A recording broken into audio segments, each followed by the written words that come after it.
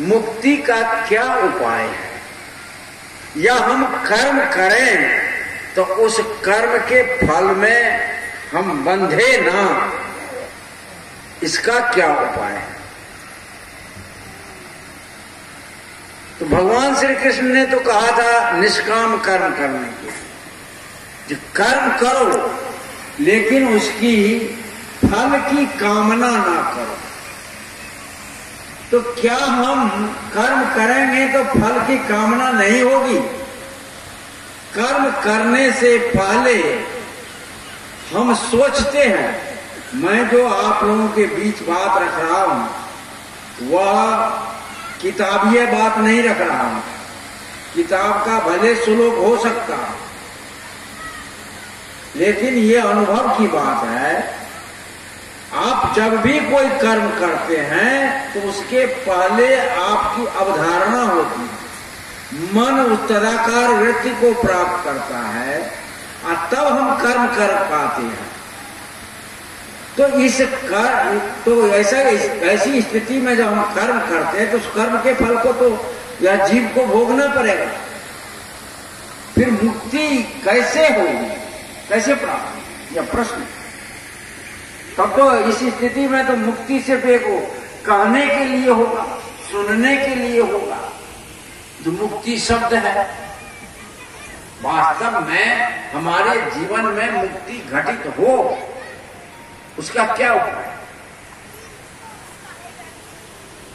नीति विधि के अनुसार एक श्लोक मैं आप लोगों के बीच प्रस्तुत करना चाहता हूं। क्या कहा है? योग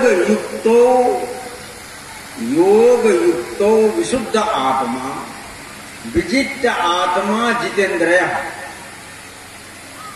योग युक्तो विशुद्ध आत्मा विजित आत्मा जितेंद्रिय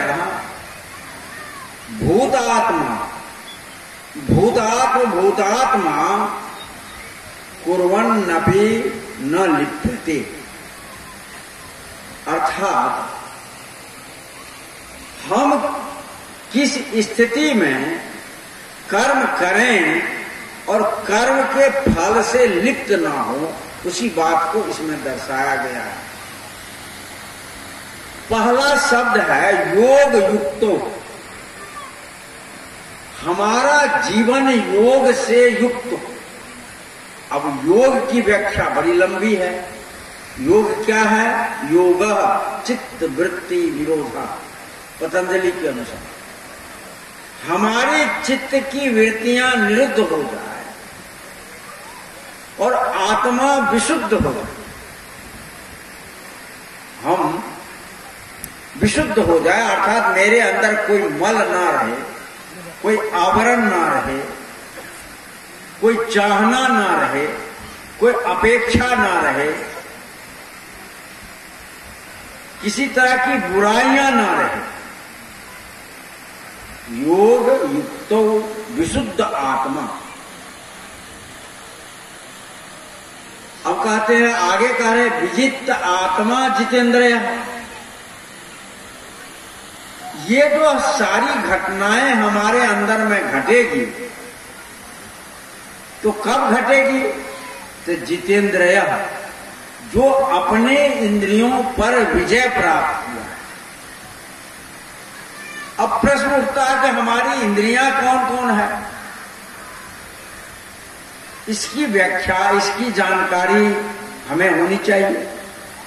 तो 5 ज्ञान इंद्रियां हैं और 5 कर्म इंद्रियां और चतुष्ट अंतःकरण भी है। ये इस मिला करके 14 इंद्रियाएं हो जाती। इन 14 पर जो विजय प्राप्त किया, ज्ञान इंद्रियों पर, कर्म इंद्रियों पर और मन बुद्धि चित्त अहंकार, जो इतना विजय प्राप्त किया है वह क्या है? विजित आत्मा। वह क्या है? विजयी आत्मा है। वह जितेंद्रिय है और वह विशुद्ध है। अन्यथा हमारा जीवन विशुद्ध नहीं हो सकता। हमारा जीवन विशुद्ध नहीं हो सकता। विशुद्ध होने के लिए इतनी आवश्यकता परम जरूरी है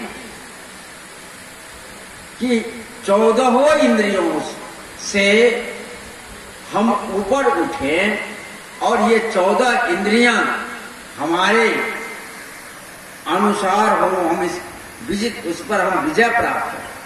अब प्रश्न उठता है, क्या ये साधक इन 5 जो ज्ञान इंद्रियां हैं इससे ऊपर उठे हैं क्या? 5 कर्म इंद्रियां हैं। आ रहे हैं श्रद्धेय साहब जी। बोलिए सदगुरु देव की जय, सदगुरु देव की जय।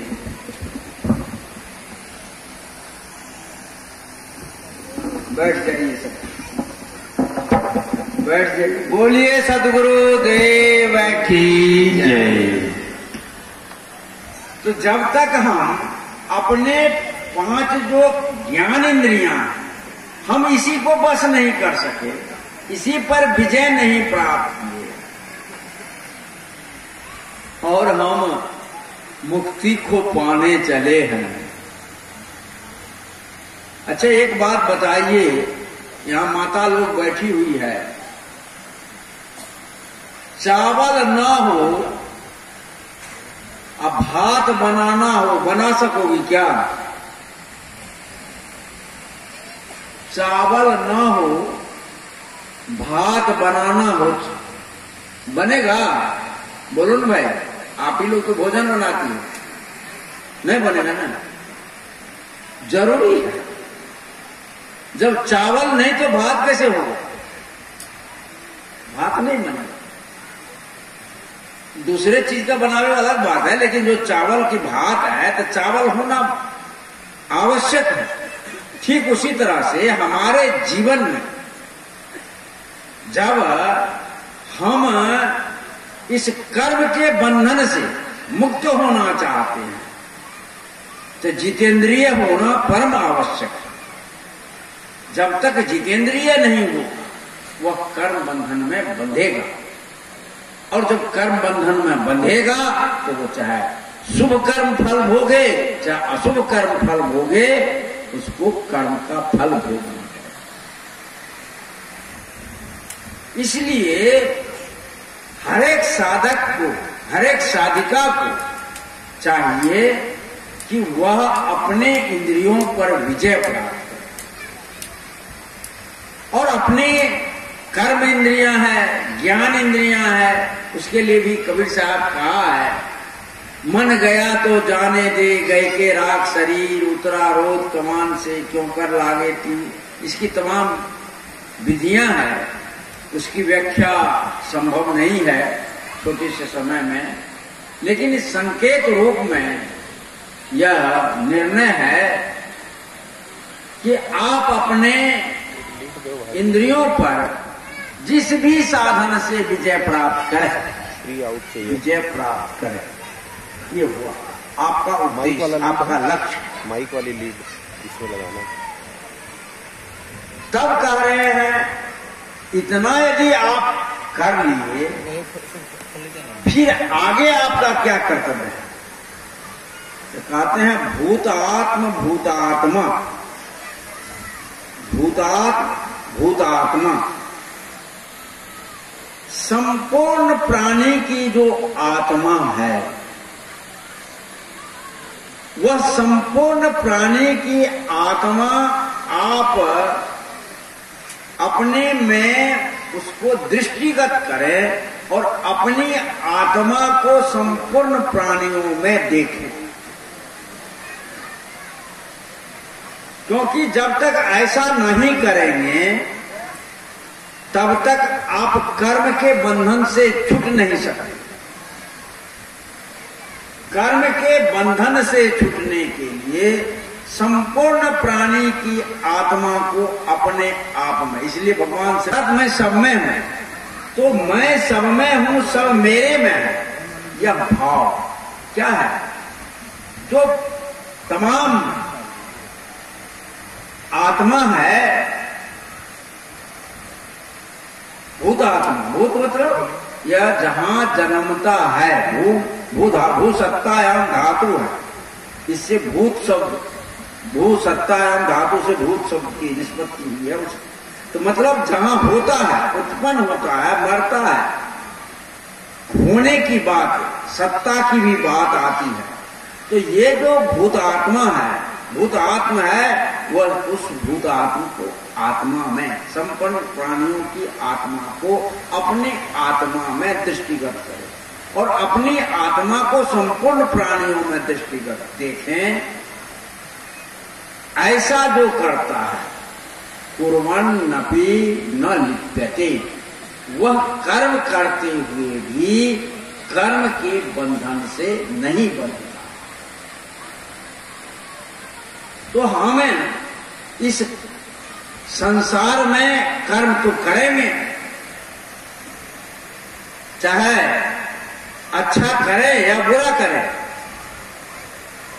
तो कर्म करेंगे, लेकिन इस कर्म के फल को जब तक हम भोगते रहेंगे तब तक तो जन्मते रहेंगे, मरते रहेंगे, मुक्त नहीं हो सकते। चाहे साधु हो, संत हो, गृहस्थ हो, भक्त हो, कोई भी हो, जन्म मरण का चक्र लगा रहेगा। जन्म मरण के चक्र से छूटने के लिए योग युक्त होना है, विशुद्ध होना है, विजयात्मा अपने आप पर विजयी होना है, जितेंद्रिय, ये लक्ष्य। उसके उपरांत समस्त प्राणियों की आत्मा को अपने अंदर, अपने आत्मा में देखना और अपने आत्मा को संपूर्ण प्राणियों को की आत्मा में देखना है, जिसको कबीर साहब ने कहा कि जित देखो तित प्राण